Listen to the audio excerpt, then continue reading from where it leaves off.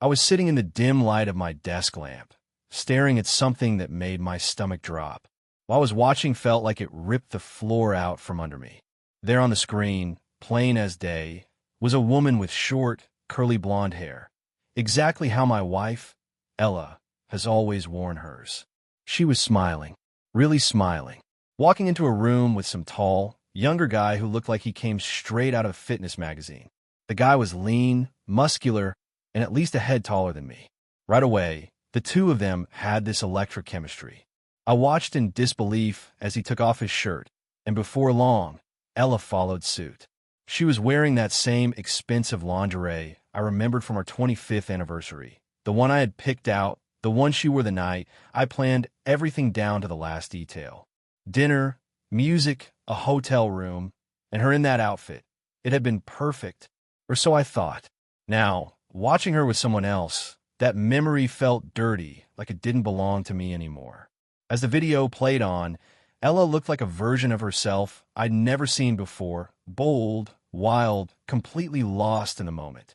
Nothing like the tender, soft-spoken wife I'd spent my life with. We had always been affectionate, caring. What I saw in that video was nothing like that. It was raw and heated, and honestly, it shook me to the core. I felt like I didn't know her at all. We had built a life together, shared a home, shared a bed. I thought I understood her. I thought I knew what kind of love we had. But seeing that side of her, it made me question everything.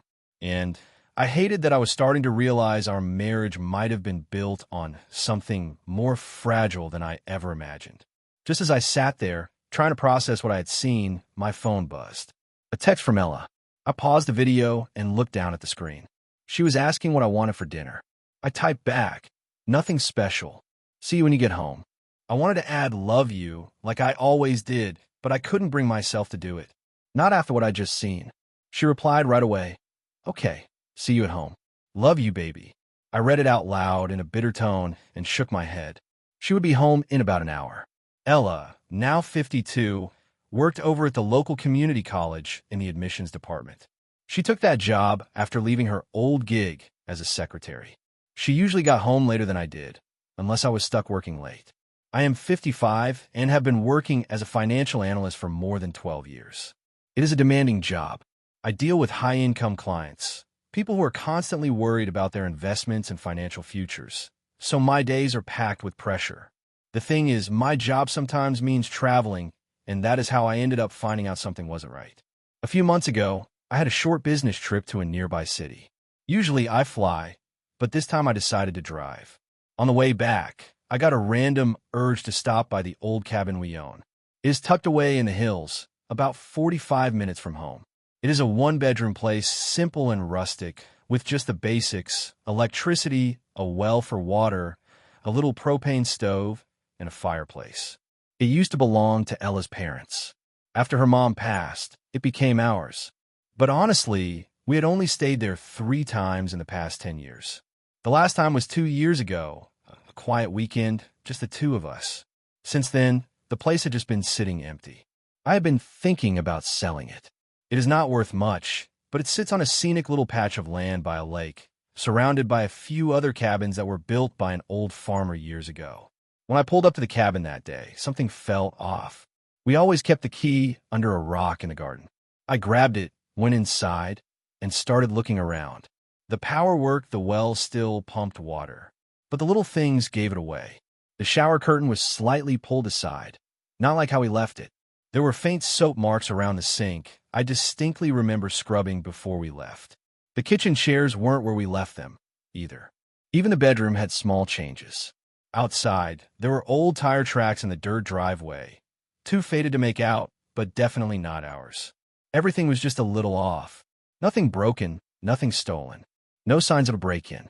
Whoever had been there took care not to leave a mess. Almost like they wanted it to seem untouched.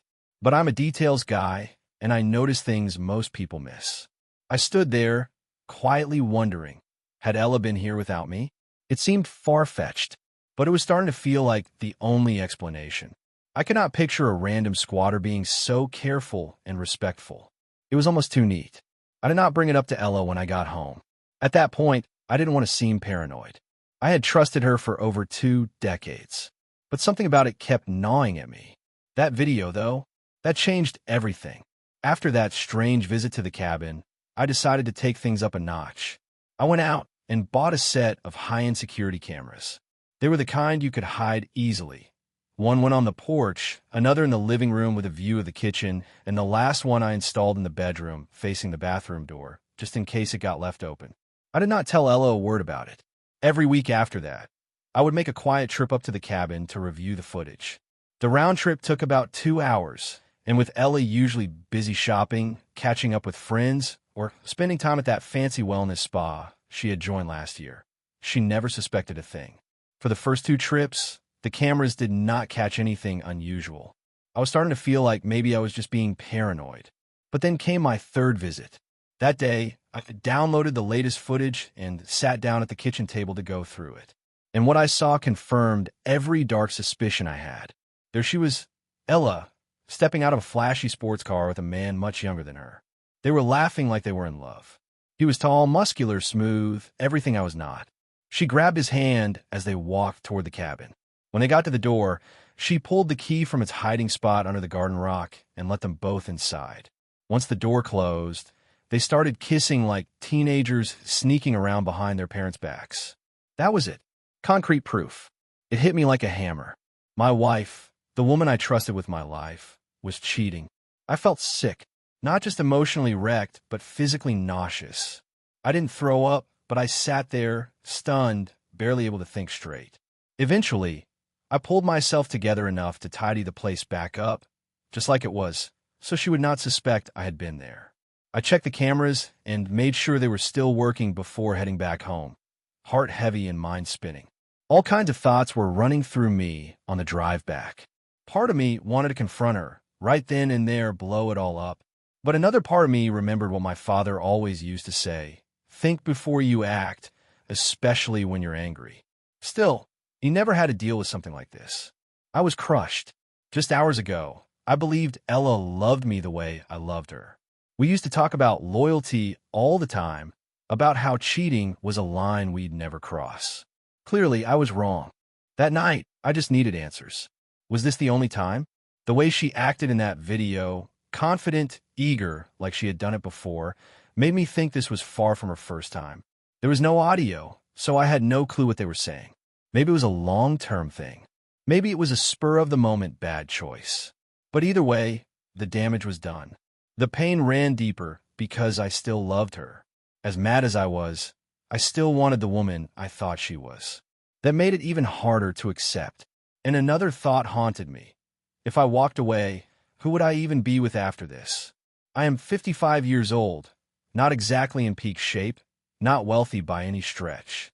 I'm not ugly, but I am far from a heartthrob. Meanwhile, Ella still turned heads. That much was obvious from the videos. I could not imagine starting over, not at my age.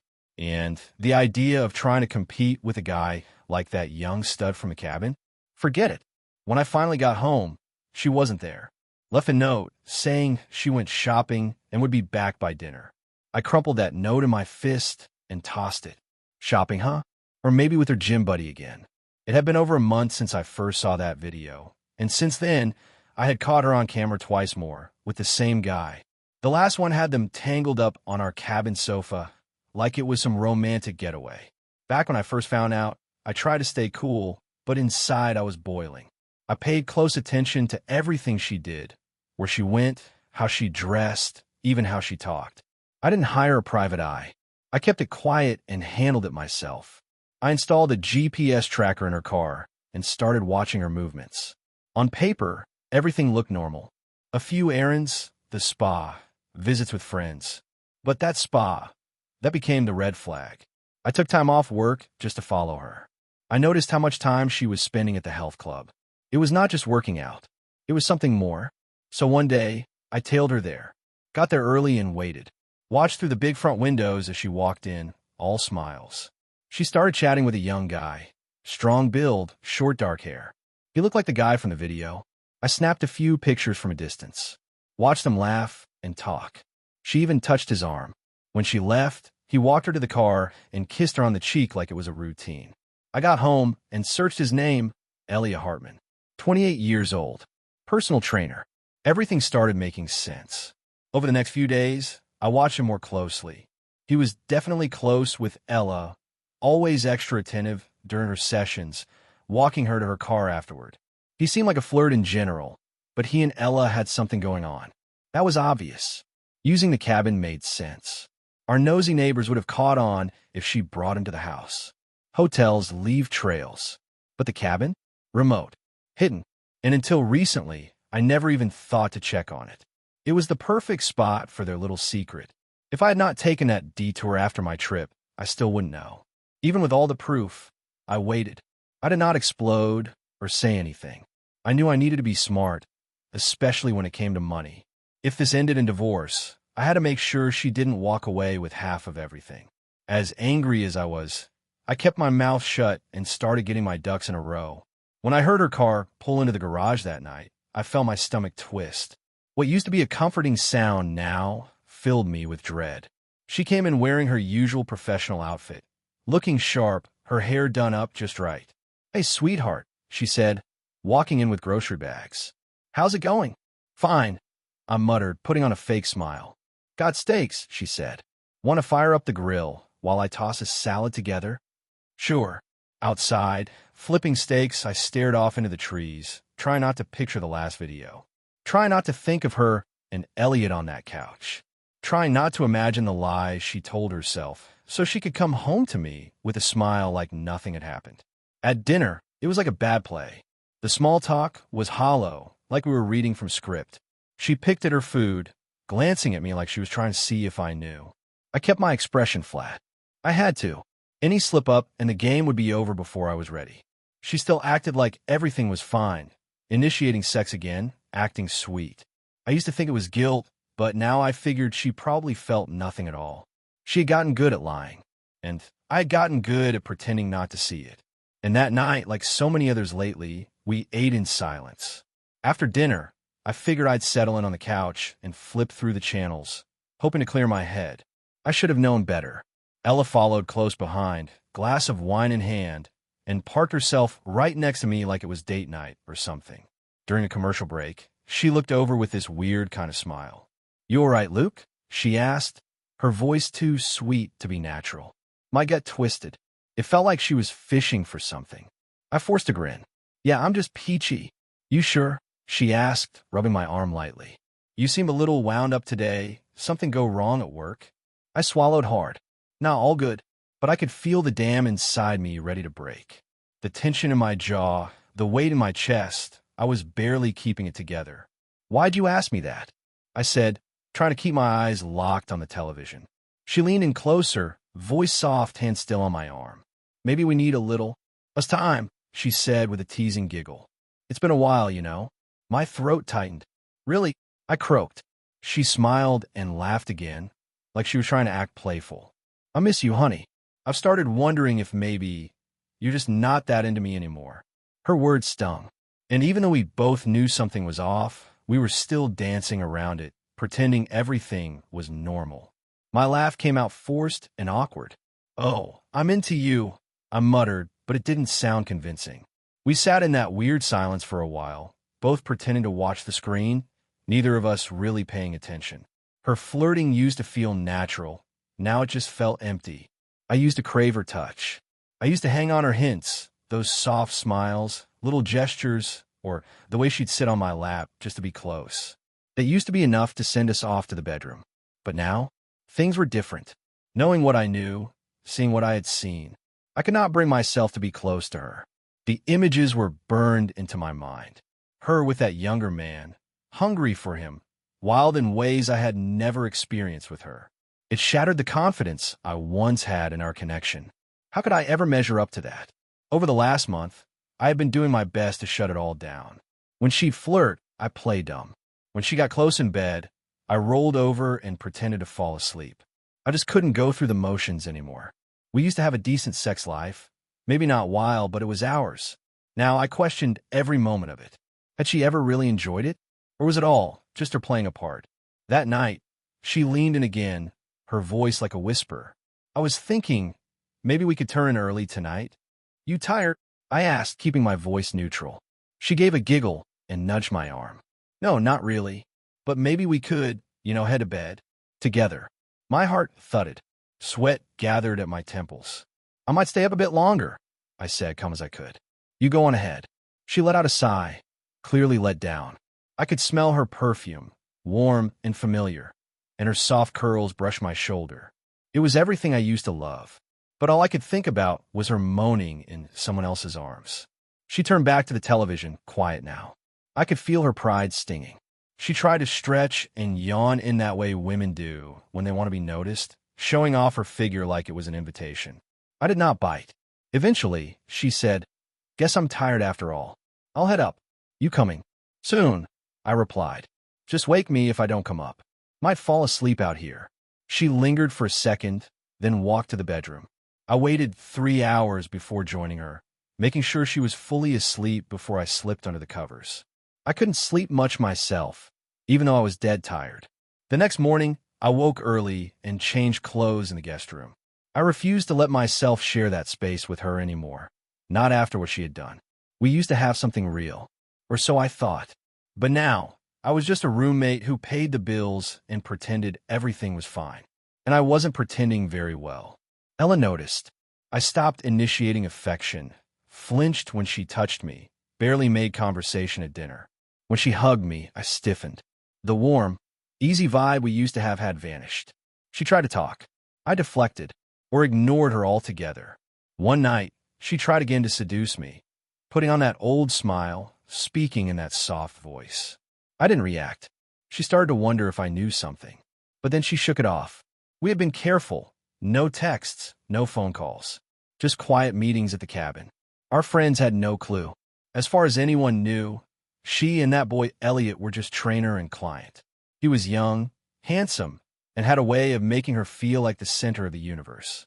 That was enough for her. She kept their time together restricted to the cabin and never their home. Ella had no intention of ending the affair. But as the days dragged on and my silence grew heavier, something in her started to worry. I wasn't acting like myself, and she could sense it. So she decided to put Elliot on pause. Told him they needed a break. He rolled his eyes, said she was overthinking, but agreed to back off for a while. The second week of that break, she started getting restless. She couldn't stop thinking about the cabin or their last time together. She started noticing the men at her job again, young college guys giving her flirty smiles. She used to brush it off. Now, she noticed everything. Her self-control started slipping. So she gave in. One day, after another workout at the spa, she sent Elliot a text. Said she missed him and wanted to meet. He was all too eager. They kept things casual in public like always. Talked about meeting next week while standing beside her car, pretending to go over her workout schedule. She smiled. He leaned in close. It was like nothing had changed. Back home, she was beaming. Tried to act sweet and thoughtful with me, like she always did after a rendezvous. I barely noticed. I was used to the charade by now. That night, she was practically glowing, even though I still barely spoke. She chalked it up to me being in a funk like always. Even her boss commented on her mood. "You're all smiles today," he said, half joking. "What's got you so cheerful?" Ella laughed, brushed it off. Said she was just feeling good these days. If only he knew. Friday rolled around, and Ella came home in a chipper mood. She told me her boss had asked why she was so upbeat lately. She told him, with that trademark smile, "Oh, nothing big. I'm just feeling good about life." Then she added, "Luke's been wonderful. Things aren't perfect, but they're pretty good." He joked, asking if I got a promotion or if we hit the lottery. She just laughed it off. Later that evening, when she walked through the front door, I had dinner already waiting. That surprised her. She smiled wide, wrapped her arms around me, and gave me a kiss on the cheek. "This looks amazing, Luke," she said. "Would you like a glass of wine with dinner?" "Sure," I said, "but maybe not too much. I'd like to remember the reward I'm getting later for cooking all this." She giggled. "Oh, you'll remember. It's been a while, and I plan on making it worth your while." We had dinner together, actually talked for once. It almost felt normal again. Afterward, we cleared the table, settled on the couch, and started watching television like we used to. But tonight, she clearly had something else in mind. When a commercial came on, she got up and slipped away to the bedroom. I knew what was coming. She came back wearing one of those tiny tank tops and a pair of shorts that left little to the imagination. No bra, just her confident, grinning ready. She took a seat next to me, practically posing like a pin-up, then patted the cushion beside her and smiled. "I filled your glass," I said, handing her the wine. "Hope you wanted more." "Oh, I want more," she said, sipping it and giving me a wink. I nodded. "Funny, I was thinking the same." She laughed, clearly enjoying the attention. Truth be told, she looked great. And despite everything I knew, what I had seen, it was hard not to notice. Still, I played it cool. She leaned in, cuddled up, and rubbed my arm gently. But I didn't budge. What she did not know was I had slipped something into that glass. Just a small dose of a sleeping aid. Enough to dull her senses. It was the only way I could get through the night without having to pretend. It worked faster than I expected. Before long, she drifted off right there on the couch, her head resting on my shoulder. I covered her with a blanket and left her there. I needed time to think. When she stirred later, around 4 in the morning, she muttered something, still groggy, and climbed into bed next to me. I stayed still, pretending to be asleep. The next day, she came down around noon, clearly frustrated. "Morning," I said, smiling and already halfway through my second cup of coffee. "Want some?" "Yeah," she said, her voice flat. "What happened last night?" "You passed out on the couch," I said. "Figured you had a rough week. You look peaceful, so I let you sleep." "You should have woken me," she said, not hiding her irritation. "I know," I replied vaguely. Then I hit her with something unexpected. "How about we take a little trip this weekend?" She blinked. "A trip?" "Yeah, I was thinking we could head up to the cabin. Just us. No distractions." Her expression shifted. "The cabin? We haven't been there in years." "Exactly," I said. "I thought it might help us reconnect a little." She hesitated, but eventually agreed. "All right, I guess we could use the break." I smiled. "I've already packed," and loaded the car. During the drive, Ella tried to use her phone, but couldn't get it to turn on. "Dead battery?" I asked. She groaned. "I thought it was charged. You can use mine if it's important." "Nah, it's fine." About an hour and a half later, we pulled up to the cabin. We made sandwiches, unpacked, and then took a walk around the lake. It felt different, peaceful, even enjoyable.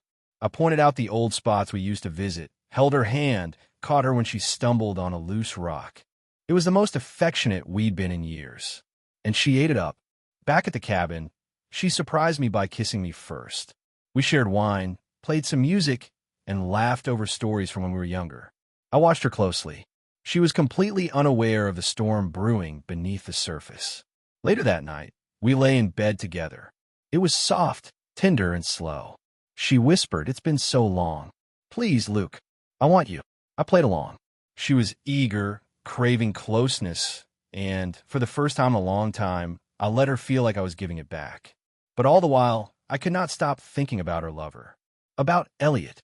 I wondered how she compared our quiet intimacy to the wild, animalistic sessions she had with him. Suddenly, a noise outside snapped us both to attention. "What was that?" she whispered. "I don't know," I replied. Then we heard it again. Something, or someone, on the porch. "You stay here," I said, pushing the blankets aside. She started to panic. The front door rattled. Then it burst open. A dark figure stood in the doorway. She screamed. I reacted. 2 deafening shots rang out. The man dropped, clutching his neck. Blood spread across the floor. Ella screamed again, crumpling to the floor, sobbing, gasping for air. I stepped forward, gun still in hand, checking the man's body. He was down. No pulse. I walked outside, cleared the porch, then came back and turned on the lights. That is when Ella's worst nightmare lit up right before her eyes. And mine. Her eyes went wide with horror as she saw the man lying lifeless on the floor. Elliot. It took her a second to even recognize him. He was so covered in blood and panic. She looked like she might pass out right there. I walked over and pulled her close, my voice calm and steady, even though my heart was hammering in my chest. "It's over," I whispered. "You're safe. We're safe now." As I held her, I told her we had to call the police. "This is going to be a crime scene," I said. "You stay here, Ella." She barely nodded, collapsed onto the bed, then scrambled to the bathroom, retching into the sink. As soon as she was out of sight, I slipped her phone from her purse and quietly disabled it. Then I tucked it back like I'd never touched it. I walked back over the body and reached into Elliot's jacket. There was, just like I figured, a note. I'd planted it on his windshield earlier that morning. I opened the envelope and read it again. This coupon is valid for tonight only. Please bring this and redeem it for an evening of intense sex. I apologize for the short notice, but I just found out he's away this weekend. Can you meet me at the cabin, lover? I hope so, and I'll make it worth your while. Your faithful partner. I crumpled the paper in my fist, the anger rising again. Then I walked outside to the edge of the lake, out of sight from the cabin. I lit the note on fire and watched the flames eat through the paper, the edges curling and blackening.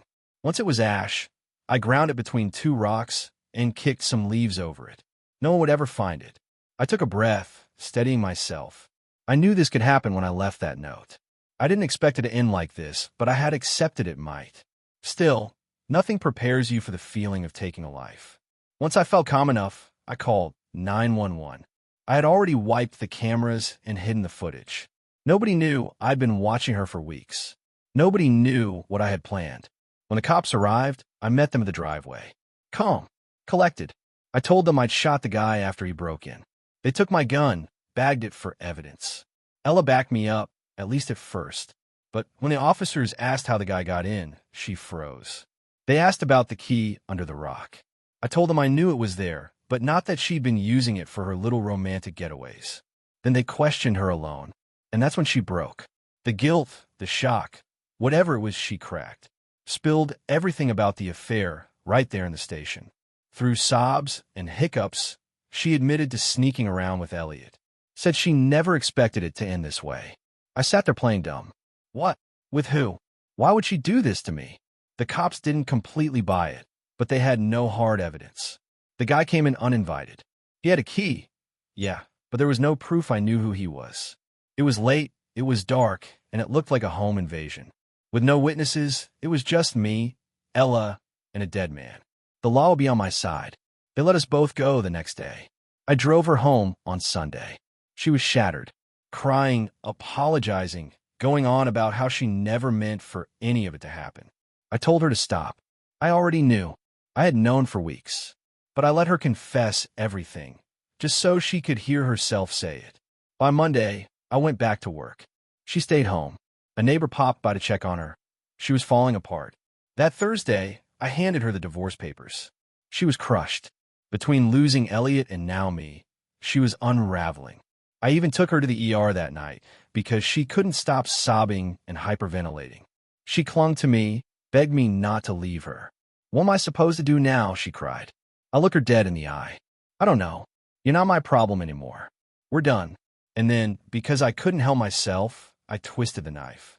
Go find another lover. Shouldn't be too hard for you. Just make sure he's got the same equipment as the last one. She broke down again, sobbing so hard she couldn't breathe. I walked out without another word. They never charged me. Not officially. But the cops were always sniffing around, talking to friends and neighbors, keeping tabs. Word got around. And that suspicion, it stuck. Enough that I had to walk away from my job.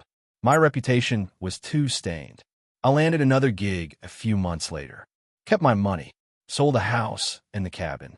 We split the proceeds down the middle, but I had accounts she didn't know about. I kept them quiet.